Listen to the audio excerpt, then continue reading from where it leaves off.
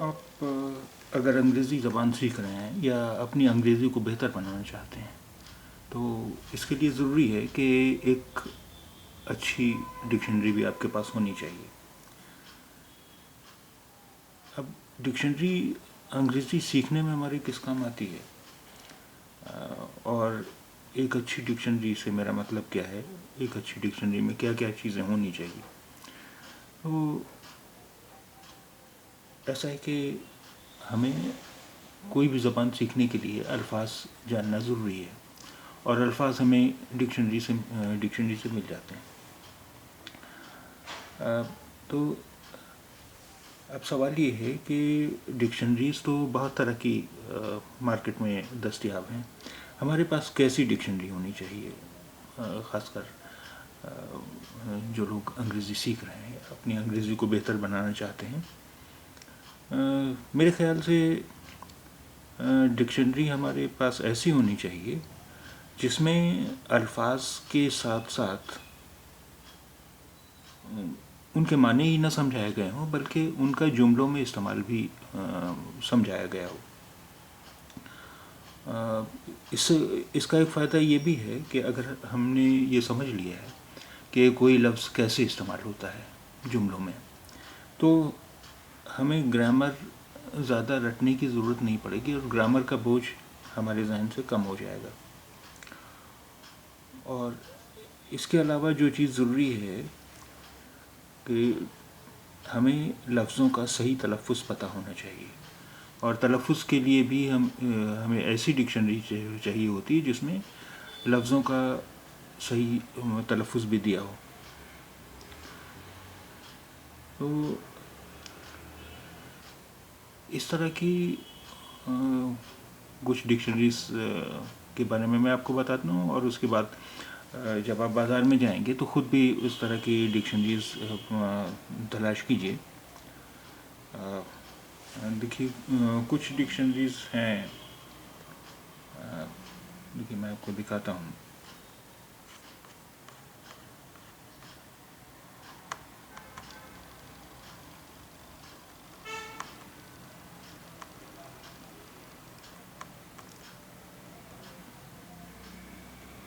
مثلا Oxford advance learners dictionary. اس dictionary میں بھی آپ کو الفاظ بھی ملیں گے, ان کا ایکسپلینیشن بھی ملے گا, اور ان کا جملوں میں استعمال بھی ملے گا. ایک اور ڈکشنری دیکھیے, یہ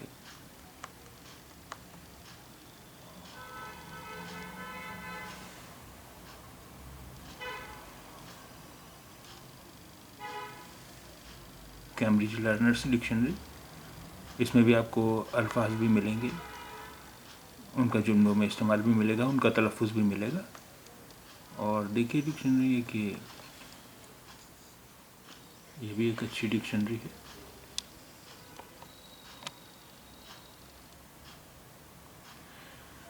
یہ ہے Longman dictionary of contemporary English. اس میں بھی آپ کو الفاظ مل جائیں گے, ان کا جملوں میں استعمال بھی مل جائے گا. اب دیکھیے اگر آپ کے پاس ایسی ڈکشنری نہیں ہے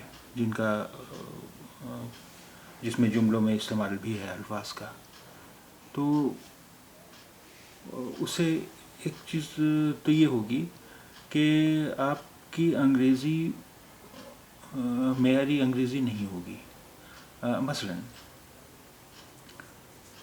آنسر کا مطلب ہوتا ہے جواب دینا. اگر آپ کے پاس بائلنگول ڈکشنری ہے, انگریزی اردو ڈکشنری ہے, اور اس میں صرف اتنا دیا ہوا ہے کہ آنسر کا مطلب جواب یا جواب دینا, یہی ہے, اور یہ لفظ جملوں میں استعمال نہیں کیا گیا ہے, تو دیکھیے ایک سچویشن یہ ہو سکتی ہے کہ آپ بیٹھے ہوئے ہیں, ہمارے بیٹھے ہوئے کمرے میں, دروازے پر دستک ہوئی, میں نے آپ سے کہا دیکھیے دروازے پر کون ہے. اب اسے اگر ہمیں انگریزی میں کہنا ہو تو پھر ہم کیا کریں گے؟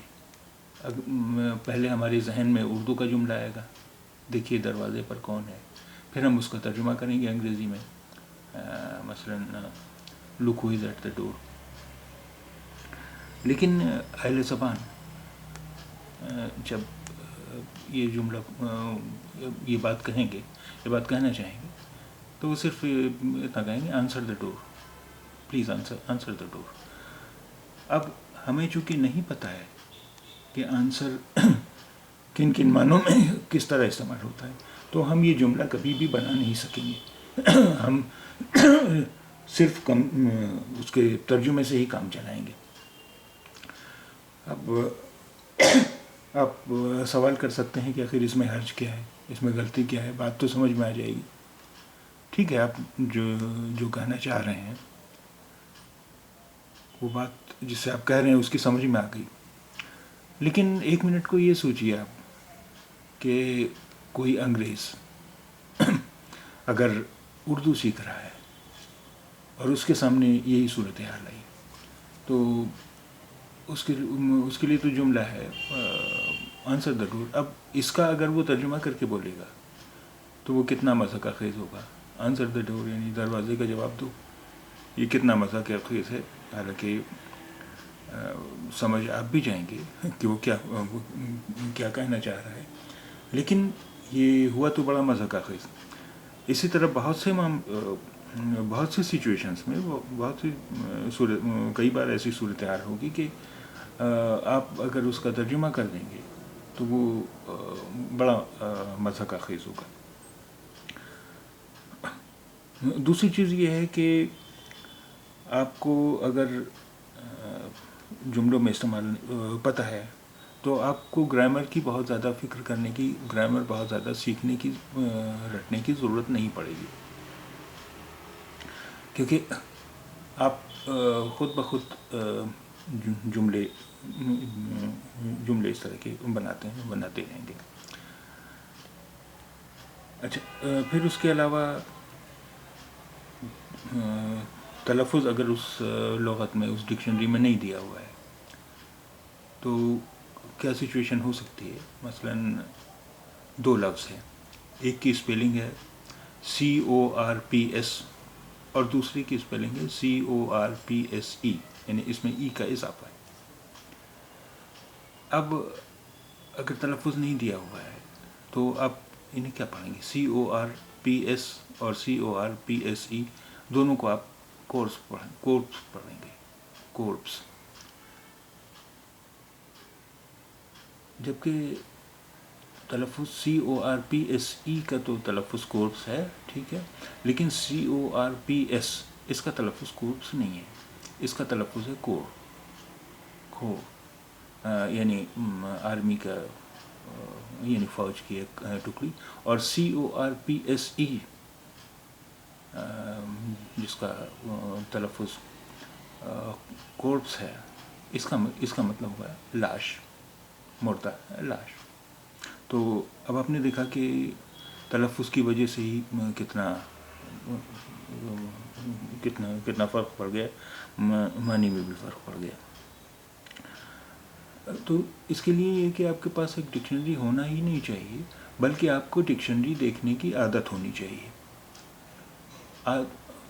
جو لفظ، بہت سارے لفظ ہم لوگ سنتے ہیں، ہم نے کبھی ڈکشنری میں نہیں دیکھا ہے اور انہیں بولنے لگتے ہیں، بول چال میں استعمال کرنے لگتے ہیں یا لکھنے لگتے ہیں. ہمیں یہ چاہیے کہ ہمیں عادت ہونی چاہیے ڈکشنری دیکھنے کی.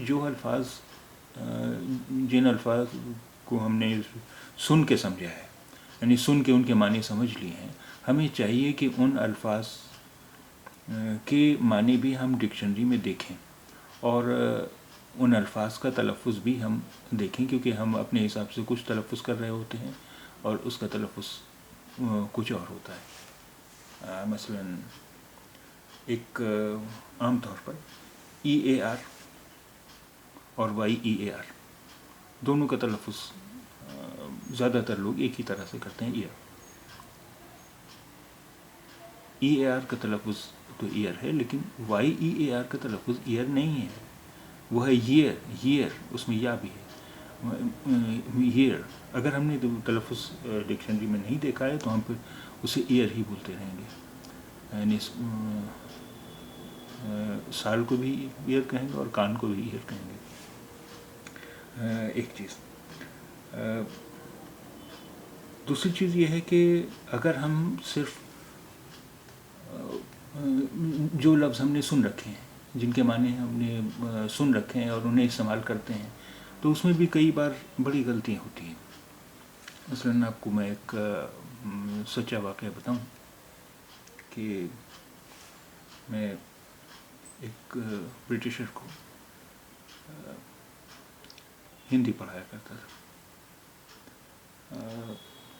ایک کوچنگ کلاس میں.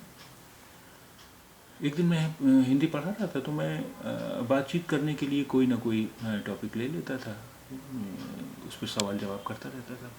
تو ایک دن میں نے اس سے پوچھا، کیا آپ کے پاس کمپیوٹر ہے؟ کیا آپ کمپیوٹر جانتے ہیں؟ آپ کے پاس کون سا کمپیوٹر ہے؟ پھر وہ جواب دیتا رہا اور پھر کہنے لگا I am planning to buy a computer. اور پھر یہ کا سوال کمپیوٹر سے متعلق کرتا رہا. اتنی دیر میں کوچنگ کے جو مینیجر تھے وہ آئے. انہوں نے اسے برٹشر سے کہا کہ آپ کا فون ہے. وہ فون سننے چلا گیا. فون سن کے آیا تو پھر بیٹھ گیا. تب تک میں نے موضوع بدل دیا تھا، ٹاپک بدل دیا تھا. اب میں نے پوچھا، آپ کے مالک کہاں، آپ کے مکان مالک کہاں رہتے ہیں؟ آپ کے مکان مالک کا کیا نام ہے؟ دو ایک سوال تو وہ سنتا رہا. پھر اس نے پینسل پٹک دی کہ مجھ سے کہتا ہے، are you psychic? Are you psychic? اب سائیکک لفظ کے معنی کبھی میں نے ڈکشنری میں نہیں دیکھے تھے. تو میرا تو چہرہ ایک دم پھک پڑ گیا، کیونکہ سائیکک کا مطلب جو میں نے سن رکھا تھا وہ سن کی کچھ پاگل سا کچھ اسی طرح کے معنی میں استعمال ہوتا تھا. اب میرا چہرہ پھک پڑ گیا. تو اس نے میرے چہرے پہ دیکھا تو وہ میرے چہرے کی طرف دیکھا تو اسے یہ انداز ہوا کہ مطلب یہ ہے کہ کہیں نہ کہیں کچھ کمیونیکیشن میں ترسیل میں کوئی فرق رہ گیا. تو اس نے تھوڑا ایکسپلین کرنے کی کوشش کی. کہنے لگا، a moment ago you were talking about computers. I was planning to buy a computer. Now you are talking about my landlord. How did you come to know that it was my landlord's phone? یعنی ابھی تو آپ پہلے تو آپ computers کے بارے میں بات کر رہے تھے، میں کمپیوٹر لینے کے بارے میں سوچ بھی رہا تھا. اب آپ میرے مکان مالک کے بارے میں بات کر رہے ہیں، تو آپ کو یہ کیسے پتہ چلا کہ یہ میرے مکان مالک کا فون تھا؟ تب میری سمجھ میں آیا کہ سائیکک کا مطلب جو ہے، سائیکک کا مطلب ہی مجھے غلط پتا تھا. وہ سائیکک کا مطلب نہیں. تب پھر میں نے گھر پر آ کر ڈکشنری دیکھی. تب مجھے احساس ہوا کہ وہ کوئی غلط نہیں کہہ رہا تھا. یعنی اس کا کہنے کا مطلب یہ تھا کہ آپ نے کیسے سمجھ لیا کہ میں کمپیوٹر خریدنے والا تھا تو کمپیوٹر کی بات کر رہے تھے، پھر میں فون پہ بات کر کے آیا تو آپ نے کیسے سمجھ لیا کہ یہ میرے مکان مالک کا فون ہے؟ یعنی کیا آپ میں کچھ ایسی قوت ہے کہ آپ سمجھ لیتے ہیں. تو اس طرح اس لیے یہ بھی ضروری ہے کہ ہم ان الفاظ کا تلفظ اور ان کے معنی بھی ڈکشنری میں دیکھ لیں جو ہمیں کہیں سے سن کے پتہ چلے. صرف اسی پر یقین نہیں کرنا چاہیے، کیونکہ اس سے بڑی غلطی ہو سکتی. ایک اور مثال میں اسی کی دینا چاہوں گا، برٹشر کی، کہ وہاں پر ایک دن میں نے ایک اخبار اٹھا لیا. ہندی کا اخبار تھا. اس میں ایک نظم چھپی ہوئی تھی، بچوں کی نرسری رائم تھی. رنگ برنگی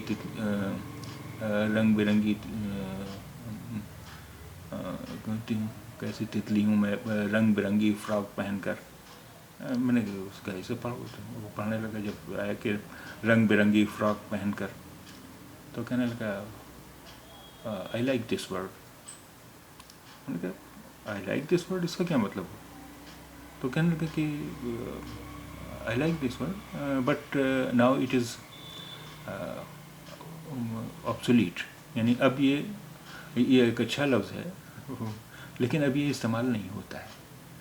تو اگر آپ کے پاس یہ ڈکشنری ہوگی تو آپ کو اس سے یہ بھی پتہ چل جائے گا کہ کون سے الفاظ اب آؤٹ ڈیٹڈ ہیں، آبسولیٹ ہیں. تو اس طرح آپ کو اپنی انگریزی سدھارنے میں کافی مدد ملے گی، اور آپ کی انگریزی پھر وہ ترجمے والی نہیں رہ جائے گی، بلکہ جو اصل بول چال کی انگریزی ہے جو اہل زبان استعمال کرتے ہیں آپ وہ استعمال کرنے لگیں گے. اس ویڈیو میں اتنا ہی. آگے کی ویڈیوز میں بھی ہم ڈکشنری کے متعلق کچھ اور بات چیت کریں گے. یا میں آپ کو یہ بھی بتا دوں کہ میں ایک ایسی ڈکشنری تیار کر رہا ہوں جس میں لفظوں کا جملوں میں استعمال بھی دیا گیا ہے. آپ کو یوٹیوب پر اس کے کچھ حصے مل جائیں گے، اور اس ویڈیو سیریز کا ٹائٹل ہے انگلش اردو ڈکشنری. اس کے پارٹس ہیں الگ الگ، پارٹ 1، پارٹ 2، پارٹ 3، یہ پارٹ 9 ہے. تو اس طرح آپ کو مل جائیں گے. حالانکہ ابھی یہ ڈکشنری مکمل نہیں ہے، اور مکمل ہونے میں کچھ کہہ نہیں سکتا کہ کتنا وقت لگے گا، کیونکہ اکیلے ہی مجھے سارا کام کرنا پڑتا ہے. کوئی بھی کسی سے اور مدد ملتی نہیں اس کام میں. تو کتنا وقت لگے گا اس کام کو مکمل ہونے میں ابھی میں کچھ نہیں کہہ سکتا. لیکن پھر بھی اس کے کچھ حصے یوٹیوب پر موجود ہیں. آپ اگر سرچ کریں گے English Urdu dictionary part 1، part 2، part 3 یا پارٹ 4 کر کے، تو آپ کو مل جائیں گے.